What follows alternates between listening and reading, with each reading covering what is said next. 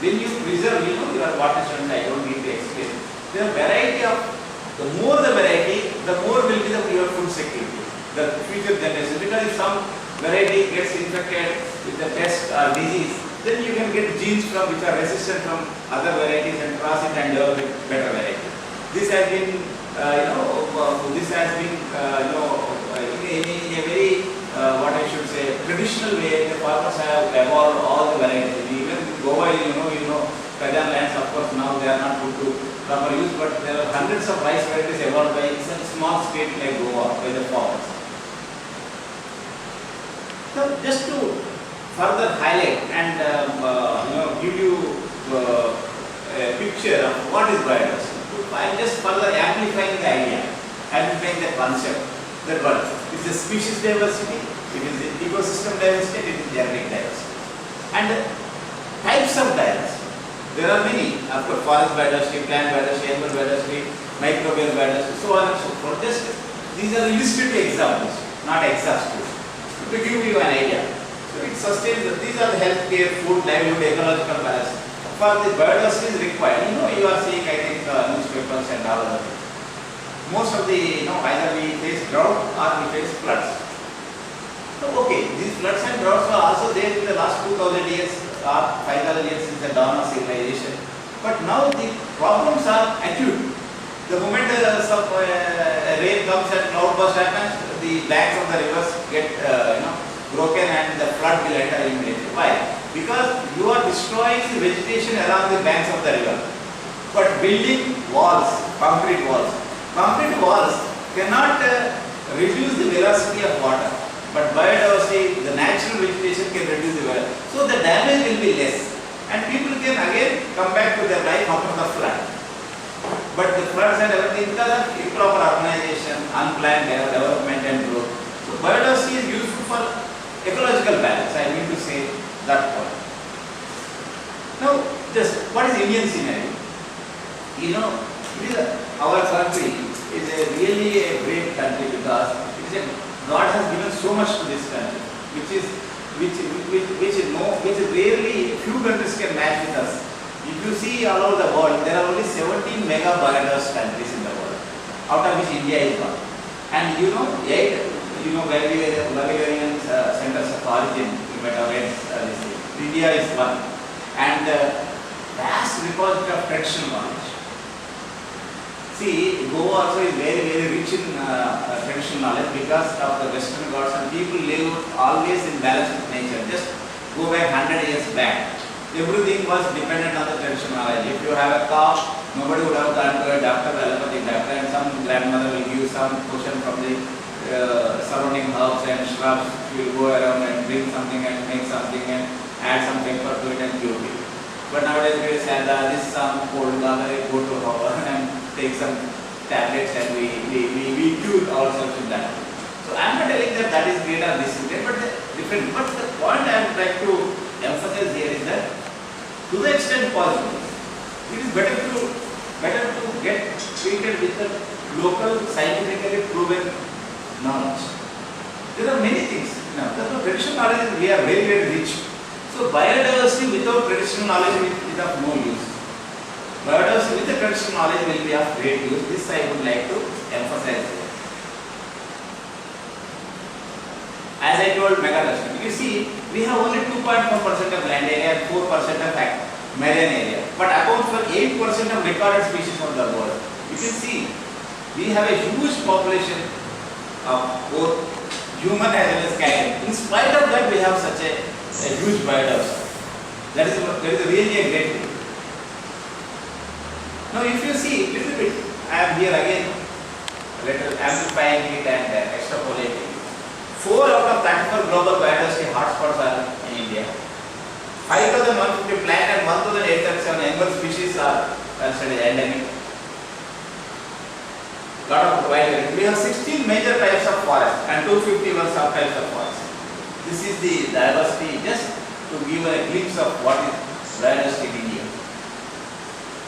Now 5% of world's bamboos are in India. Coral reefs more than 2,375 square kilometers around. Sacred groves, we have information about 3,000 out of 1 lakh. We have a sector grow in Valpa. You might have heard about many are there in Goa, but Valpa is a little bit famous. Now, what is importance?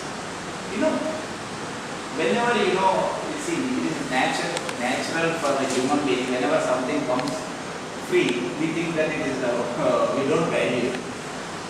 There is a thing. Now, we were getting air free, but nowadays, you might have seen in many newspapers something like that in New Delhi and Beijing, China. China has progressed a lot, but you can't move there, you can't breathe the air.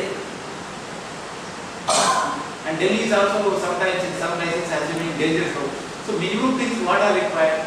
First air to live for about 5 minutes more, at least minimum. Then water to live for 2-3 days. Without water you can live without maybe maximum 48 hours. Without air you can't live more than 5 minutes. So these two things are supplied by biodiversity. So this is what I would like to highlight. So these are the I have listed out the values of the importance of biodiversity. Now you see, if you go further, India ranks 7th in mammal species, diversity, 19 birds, 15 reptiles, and there are 413 globally threatened species. You can imagine the amount of wealth we have. The wealth is more valuable than gold. The gold will not eat and live, but biodiversity, everything, whatever you are eating daily, is a biodiversity. Sometimes you eat roti, sometimes you eat pav, sometimes you eat chocolate which comes from cocoa. You name it, milk, everything is derived product from biodiversity for sustenance. We don't care about it, but once you lose a species from this planet, you lose it forever. That is the tragedy. So that's why the sensitivity, this Biological Diversity Act, National Biodiversity Board, all authority, all these institutions have been established because to protect the invaluable biodiversity which is surrounding us and everything. So there should be some sense. Okay, as a science student or as a this thing, it is innate, but as a citizen of the country, we should be. You may become one day, who knows, a politician. You may become our forest minister.